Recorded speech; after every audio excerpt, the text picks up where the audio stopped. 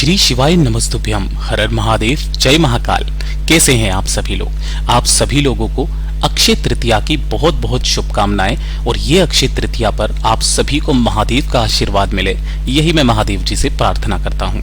देखिए, साल में सिर्फ एक ऐसा दिन होता है जिस दिन जितने भी ग्रह नक्षत्र हैं वो सबके सब एक दूसरे के निकट होते हैं। साथ ही साथ जितने भी शुभ योग होते हैं, चाहे वो स्वार्थ सिद्धि योग हो, शिव योग हो, वो सभी योग आज के दिन बनते हैं। और इसीलिए ऐसा कहा जाता है कि जब आपके किसी भी शुभ कार्य का मुहूर्त नहीं निकल रहा हो तो बिना किसी समय को देखे अक्षय तृतीया के दिन उस शुभ कार्य को स्टार्ट किया जा सकता है। आपका वो कार्य जीवन भर आपको फल देता है, आपको उन्नति पर लेकर के जाता है। और इसी अक्षय तृतीया के दिन करने वाला शमी के 9 पत्ते का सबसे अचूक उपाय, जो शिव महापुराण का उपाय है, आज के इस वीडियो में हम लोग बात करेंगे। पूज्य गुरु जी की कथा से सुन करके और समझ करके पूरे उपाय को बहुत ही आसान भाषा में आप सभी को बताऊंगा। परंतु उससे पहले आप सबसे बस एक छोटी सी प्रार्थना है कि जो लोग पहली बार आए हैं, चैनल को सब्सक्राइब जरूर कीजिएगा और वीडियो को लाइक करके देवादिदेव महादेव का कोई सा भी प्यारा नाम कमेंट बॉक्स में लिखना मत भूलिएगा। इस पूरे वीडियो में हम 3 महा उपायों के बारे में बात करेंगे जो कि आपकी अलग अलग कामना पूर्ति के लिए सिद्ध होंगे। तो ध्यान से सुनना है और समझने की कोशिश करना है। सबसे पहले बात करते हैं हमारे पहले वाले उपाय की। देखिए, पहला वाला जो उपाय होगा ये होगा 9 शमी पत्र का उपाय, है ना। शमी पत्र की कितनी बड़ी महिमा है ये तो आप सभी लोग जानते हैं कि भूलवश भी अगर कोई व्यक्ति इस शमी के पत्ते को महादेव की शिवलिंग पर समर्पित कर देता है तो उसको जीवन में कभी किसी के सामने हाथ फैलाने की जरूरत नहीं पड़ती है। एक शमी का पत्ता 52,000 ब्राह्मणों की साक्षी करवाता है और एक शमी का पत्ता आपका 14 करोड़ सोने की मुद्राओं के समान माना गया है शिव महापुराण के अंदर। और इन 9 शमी के पत्तों का उपाय आज अक्षय तृतीया के दिन करना आपको भूलना नहीं है। किन व्यक्तियों को करना है, गुरुदेव ने उसके बारे में भी कहा कि जब आपके घर में धन को लेकर के, पैसे को लेकर के समस्याएं आने लगे, आपकी आर्थिक स्थिति पर कोई ना कोई संकट आने वाला हो, आपको ऐसा लगता है या फिर आपकी स्थिति इस तरीके की है कि खर्चे बहुत ज्यादा हो रहे हैं, पैसा बिल्कुल बच नहीं रहा है, कर्ज तक लेने की नौबत आ चुकी है या कोई कर्जा चुकता नहीं हो रहा है, तो जितनी भी धन की समस्या हैं वो तो खत्म होती है। गुरुदेव ने कहा था आपके परिवार की उन्नति पूरे 1 साल में कितनी होती है बताइएगा जरूर। करना क्या है, पूरे परिवार में से किसी भी एक सदस्य को यह काम करना है। आपको लेने होंगे इस तरीके से शमी के पत्ते, सामने देख पा रहे हो, ऐसे आपको 9 शमी के पत्ते चाहिए। कहां से तोड़ोगे? इस स्थान से तोड़ना। ये जो पूरा गोले में बनाया गया है ये एक शमी का पत्ता है। काफी सारे व्यक्ति बस इस एक पत्ती को लेकर के चले जाते हैं जबकि ये शमी का पत्ता नहीं माना जाता है। ऐसे आपको 9 शमी के पत्ते चाहिए। साथ ही साथ आपको 2 चीजें चाहिए। सबसे पहले आपको लेना होगा थोड़ा सा शहद। ज्यादा नहीं लेना है क्योंकि शहद जो होता है वो पूज्य गुरु जी ने कहा कि जो भी समस्याएं आपके जीवन में आती है उन सभी समस्याओं का काट करता है। दूसरे नंबर पर जो आपको चाहिए वो चाहिए होगा थोड़ा सा लाल चंदन, है ना। पूज्य गुरु जी ने तो यहां तक कहा था कि अगर आपके पास में इस तरीके से चंदन की मुठिया हो तो इसे घिस करके जो चंदन निकले, चाहे एक बूंदी ना निकले, वही आपको ले लेना है। अगर आपके पास में है तो बहुत अच्छी बात है। साथ ही साथ 1 लोटा शुद्ध जल अपने घर का लेना है तांबे के कलश में। इन सभी को लेकर के अक्षय तृतीया के दिन, चाहे सुबह, चाहे शाम को, चाहे दिन में, चाहे रात में, जब भी आपको समय मिले, पूरे अक्षय तृतीया के दिन में आपको लेकर के पहुंचना है भोलेनाथ के मंदिर में, शिवलिंग के पास। यहां पहुंच करके आपको शिवलिंग के पीछे की तरफ में खड़े होना है जिससे आपका मुख उत्तर दिशा की तरफ में हो जाएगा। यहां पहुंचकर उपाय करने का एक खास नियम और तरीका ध्यान से सुनिएगा। सबसे पहले आपको जो भी पूजा पाठ अर्चना करनी है वो आप कर सकते हैं। उपाय स्टार्ट करने से पहले सबसे पहले आपको 1 लोटा शुद्ध जल जो लेकर के आए हो, भोलेनाथ की शिवलिंग पर श्री शिवाय नमस्तुभ्यम मंत्र का स्मरण करते हुए पहले समर्पित करना है। इस चीज का ध्यान रखना, पहले जल समर्पित करना है। जल समर्पित कर देने के पश्चात जो आपने शमी के पत्ते लिए हैं उन सभी शमी के पत्तों पर आपको शहद लगाना है। तो बेसिकली अच्छा ये रहेगा कि आप उन सभी के सभी शमी के पत्तों को क्या कर देना, शहद के अंदर आपको इस तरीके से डाल देना है। सभी के अंदर आपको शहद लगा लेना है, चाहे आप उंगली से लगाओ चाहे कैसे भी करके लगा दो, ये आपकी इच्छा है। सभी शमी के पत्तों पर थोड़ा सा शहद लगाना, ठीक है। सबसे पहले आपको कितने 7 शमी के पत्ते लेने हैं। कितने? 7 शमी के पत्ते। 7 शमी के पत्तों को लेना, शहद में भीगे हुए, और फिर उनके ऊपर थोड़ा सा लाल चंदन लगाना। 7 शमी के पत्तों पर शहद लगा करके उनके ऊपर लाल चंदन आपको लगाना है, और जो 7 शमी के पत्ते हैं अपनी कामना कह करके, जिस कामना के लिए आप आए हो, उन 7 शमी के पत्तों को आपको महादेव की शिवलिंग पर समर्पित करना है। इस चीज का ध्यान रखना, 9 में से 7 शमी के पत्ते आपके महादेव की शिवलिंग पर समर्पित होंगे। उसके बाद में आपको एक पत्ता और लेना है, शहद लगाना है, और उसके ऊपर लाल चंदन लगा करके उस शमी के पत्ते को आपको माता अशोक सुंदरी के स्थान, जो कि महादेव जी की सबसे छोटी सबसे प्यारी पुत्री होती है, उनके स्थान पर आपको रखना है।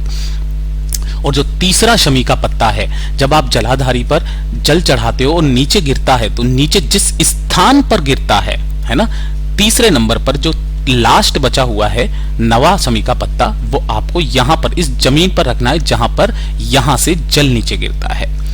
तीनों की जगह पर शमी के पत्तों को समर्पित करके बाबा से विनती करके, कामना करके कि बाबा मेरी आर्थिक स्थिति बहुत ज्यादा खराब है, आज मैंने ये शमी के पत्तों का महा उपाय किया है, आप मेरी कामना को पूरा कीजिए, करके आ जाइएगा, आपको फल इसका निश्चित रूप से मिलेगा। पूज्य गुरु जी का बहुत अद्भुत और अचूक उपाय है, जरूर कीजिएगा। बात करते हैं दूसरे वाले उपाय की, और इस वाले उपाय को तो आप सभी लोगों को करना है। गुरुदेव ने धन प्राप्ति के लिए 2 उपाय बताए थे। दूसरा वाला उपाय इसे घर की स्त्री, नारी, बहन, बेटी कोई भी कर सकता है, और इससे सरल उपाय अक्षय तृतीया का हो नहीं सकता, जो कि 108 चावल के दानों से करना होगा। अब ये जो चावल के दाने होने चाहिए, ये भी अक्षत होने चाहिए। जब आपके घर में धन की बहुत ज्यादा समस्याएं बीते, तो अक्षत यानी कि आखा चावल के दाने आपको लेने हैं। कितने? 108, जो टूटे हुए ना हो।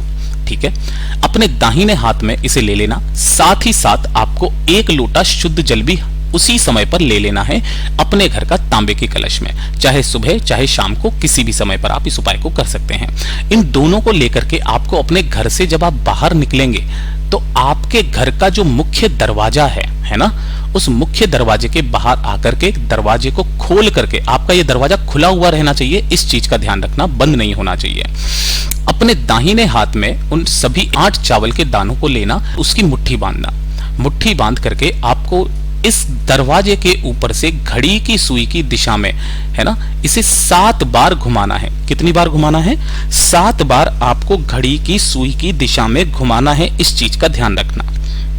घुमा करके, और जो आपने यहां पर 1 लोटा शुद्ध जल लिया है, इसमें थोड़ा सा गंगा जल और मिला करके आपको वापस घर के अंदर नहीं जाना है, बाहर से ही आपको उन 108 चावल के दाने और 1 लोटे जल को लेकर के भोलेनाथ के मंदिर में चले जाना है। यहां पर हमेशा की तरह शिवलिंग के पीछे की तरफ में आपको खड़े होना है, जिससे आपका मुख उत्तर दिशा की तरफ में होगा। उसके पश्चात सबसे पहले जो आपने 1 लोटा शुद्ध जल, जिसके अंदर आपने गंगा जल मिलाया हुआ है ना, उसे तो साइड में रखना है, और जो 108 चावल के दाने लिए हैं, उसे भोलेनाथ की शिवलिंग पर अपना नाम और गोत्र बोल करके समर्पित कर देना है। उसके पश्चात दोनों हाथों में उस कलश को लेकर के श्री शिवाय नमस्तुभ्यम मंत्र का स्मरण करते हुए कुंदकेश्वर महादेव का नाम लेकर, किसका? कुंदकेश्वर महादेव का नाम लेकर संपूर्ण जल को शिवलिंग के ठीक शीर्ष पर समर्पित कर देना है। जो भी जल जलाधारी से बह करके नीचे की तरफ आकर के गिरेगा, आपको उस जल को रोकना है, बाबा से विनती कामना करके घर जाना है, और इस जल को सबसे पहले आपको अपने घर की चौखट पर छींटना है, और फिर उसके बाद पूरे के पूरे घर में इसे छींट देना है। अक्षय तृतीया के दिन शिवलिंग का चढ़ा हुआ जल जो व्यक्ति अपने घर पर डाल देता है, तो जितनी भी नकारात्मक ऊर्जाएं होती है वो तो घर से दूर होती ही होती है, साथ ही साथ आपकी कामनाएं पूरी होती है, घर में सुख शांति समृद्धि आती है। और ये तीसरे नंबर का उपाय जो मैंने सबसे अंत में रखा हुआ था कि इस वाले उपाय को तो आपको करना ही करना है। गुरुदेव ने कहा कि जब आपकी कोई इच्छा हो, कोई कामना हो, किस तरीके की कामना? कि भैया हमारा घर होना चाहिए, खुद का घर होना चाहिए, खुद की फैक्ट्री होना चाहिए, पैसा नहीं आ रहा है, धन की समस्याएं विकट है, आपके कुछ भी ऐसी समस्या है, तो आपकी जो भी विशेष कामना है ना, उस कामना की पूर्ति का सबसे अचूक उपाय जो कि अक्षय तृतीया के दिन किया जाता है, इसे करना आपको भूलना नहीं है। ठीक है, करना क्या है? आपको इस तरीके से नारियल लेना है, लेकिन इस वाले उपाय में जो नारियल होगा ना, वो सबसे अलग होगा। कौन सा नारियल लेना है तो मैं आपको बता देता हूं। गुरुदेव ने कहा एकाक्षी नारियल, जिसकी एक आंख होती है। दुकान वाले को बोलोगे वो आराम से दे देगा। साथ ही साथ आपको लेनी होगी इस तरीके से हल्दी की गांठ। कितनी हल्दी की गांठें चाहिए, तो ये भी गिन करके आपको 7 हल्दी की गांठें चाहिए। और साथ ही साथ आपको लेना होगा एक सिक्का लक्ष्मी के तौर पर, चाहे 1 रुपए का हो, 2 का हो, 5 का हो, 10 का हो, कोई सा भी एक सिक्का ले लेना है। और साथ ही साथ आपको लेना होगा हल्दी या कुमकुम। ये चीज ध्यान रखना, दोनों में से कोई सी भी एक चीज लेनी है, दोनों नहीं लेनी है, हल्दी या कुमकुम आपको ले लेना है, ठीक है। और साथ ही साथ आपको एक चाहिए होगा लाल कपड़ा। लाल कपड़ा सूती मिल जाए तो बहुत अच्छी बात है। इस उपाय को आपको अपने घर पर ही करना है। करना क्या है, जो आपने यहाँ पर एक एकाक्षी नारियल लिया है, इसे आपको अपने घर के मंदिर में रख देना है। इसका पूजन करना है। जो हल्दी या कुमकुम से आपको इसके ऊपर एक स्वस्तिक का निर्माण करना है। निर्माण करने के पश्चात इस पर 3 बार जल छींट करके किसी भी मोली या कलावे से इसके ऊपर 7 बार लपेट देना है। लपेट देने के पश्चात इसी नारियल को लेना, साथ ही साथ आपने जो 7 हल्दी की गांठें और एक सिक्का लिया है ना, उन सभी को लाल कपड़े के अंदर लेकर के नारियल के साथ ही और इसे बांध देना। इस तरीके से आपको एक पोटली बना लेनी है। पोटली बनाने के पश्चात इसे लेकर आपके आसपास जो भी मंदिर हो, जरूरी नहीं है गुरुदेव ने कहा कि आप शिव मंदिर ही जाएं, नारायण भगवान का मंदिर है, माता रानी का मंदिर है, जो भी मंदिर है उस मंदिर में जाना और उस मंदिर में किसी भी सुरक्षित स्थान पर इस पोटली को रख करके अपनी कामना कह करके चले आ जाना। लेकिन उससे पहले आपको इस पोटली को अपने पूरे घर में घुमा लेना है और उसके बाद मंदिर में आना है। यहां पर आपको रख देना है। ये काम करोगे आप अक्षय तृतीया के दिन, ठीक है। जब अगला दिन आएगा चतुर्थी का दिन, ठीक है, तब आपको वापस मंदिर में जाना है। मंदिर में जाकर के आपको एक लंबी बाती का दीपक, ये चीज ध्यान रखना, क्या करना है, उस मंदिर में आपको एक लंबी बाती का दीपक मंदिर की चौखट पर जलाना है, जिसकी बत्ती का मुख उत्तर दिशा की तरफ में होगा। और इस पोटली को लेकर के अपने घर पर आना है। घर पर आने के पश्चात जिस जगह पर भी आप अपने कीमती आभूषण वस्त्र रखते हैं, जहां पर माता लक्ष्मी जी की तस्वीर होती है, यानी कि आपके घर में रखने वाली तिजोरी, उस तिजोरी में जाकर के इसे रख देना। केवल 1 साल इसे रखे रहने देना और उस 1 साल के अंदर कितना कुछ मिलता है बताना जरूर। 1 साल के बाद में आपको इसे उठाना है और किसी भी बहते नदी तालाब सरोवर में प्रवाहित करके आ जाना है। पूज्य गुरु जी के सभी उपाय बहुत ही ज्यादा खास और अद्भुत जरूर कीजिएगा। वीडियो पसंद आए तो लाइक जरूर करना, चैनल को सब्सक्राइब जरूर कीजिएगा।